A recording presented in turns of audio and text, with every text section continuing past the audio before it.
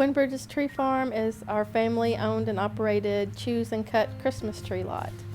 So we grow Christmas trees and people come and pick their very own, and they can cut it down or we can cut it down for them, and then they get a very fresh Christmas tree. Well, we wanted to do a tree farm because it was a tradition my husband and I had when we were children with our families.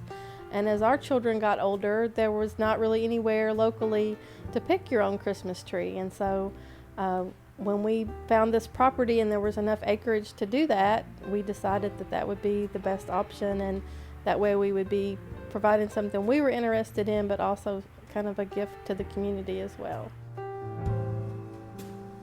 This Christmas season will be our 6th season to be open to the public, but it takes 7 to 10 years to grow a Christmas tree. So we planted our first trees when we bought the property in 2004. It's kind of grown a lot over the past two or 3 years. First year we started selling trees, we probably sold 20 or 30 trees, and then last year we actually had to shut it down early because we sold, I think, 200 trees in the first 2 or 3 weeks. We start right after Christmas with kind of averaging up the number of trees that we've sold and the sizes and the types, and then placing our tree order for the next year. We replant every year, as many as we've cut or a little more, because a lot of the seedlings don't make it. Some good years we might get 80–90% survival rate, but most of the time we lose 50 or 60% of the trees.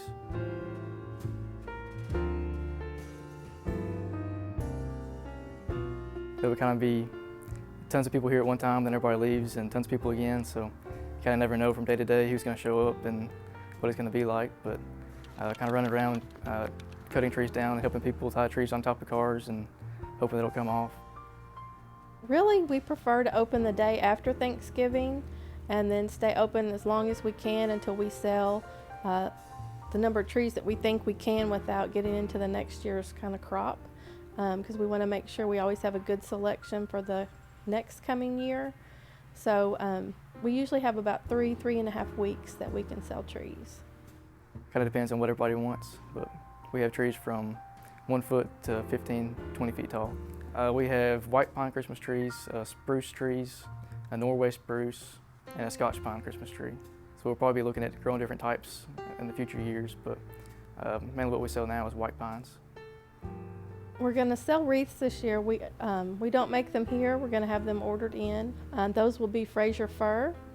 And this year we're also going to have balled and burlap trees ready for the customers that want that live tree, but they want to be able to plant it in their yard after the Christmas season's over. I really like the white pine Christmas trees. A lot of people don't like them because they're so big, but I really like big Christmas trees. Take up all the room in the house. We have a lot more Christmas trees in our home now, probably as a result of having the tree farm. I try to put a tree in almost every room that they'll let me put a tree in. So, it's been just kind of fun seeing all the different places we have room for one. She tries to put one in every room, so we usually end up with about 3 or 4 in the house at least. I don't know, probably end up 5 or 6 this year. It's always one more.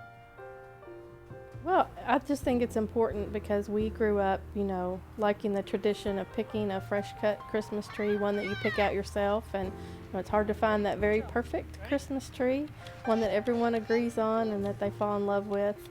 So we're just glad to get to be a part of that and help people build memories into the Christmas season. Yeah, one year we had a family that come out and pick a tree. It took them probably 3 or 4 hours to pick the perfect tree.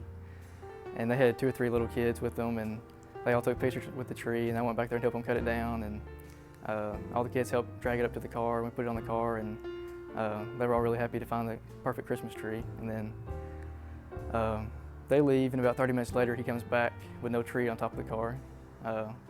Said it blew off, and they kind of stopped to go get it, and then another car hit the tree, so there wasn't anything left of it, but they ended up finding another tree, and we got it for them, and I think they were happy again. Overall, I think it's just been a neat experience for us as a family. It's just kind of brought us closer, and we kind of wonder what it will be like when the kids are grown and gone, if we're still going to continue, but I think my husband and I enjoy it enough that we'll continue as long as our health allows us to stick with it. To us, it's been just kind of part of our family story, having the tree farm, and it's been a great teaching tool for the kids over the last 10 years or so for them to learn all different aspects of the business, and it's been good for them working with the public, and we let them help make decisions and be a part of it, so we hope it's been a good learning experience for them too.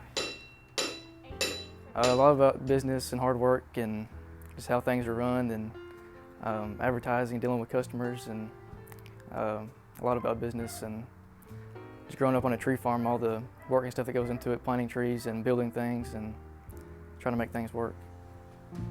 I think it's time about getting together with family and making traditions and spending time with each other. Well, of course, it's about celebrating that God gave us the greatest gift in baby Jesus, and I think it's an important time to be with family and build traditions with your family and memories. So it's kind of neat to see how our tree farm is woven into other people's family traditions. There it is. There's our tree. Found it. Which one, that big huge?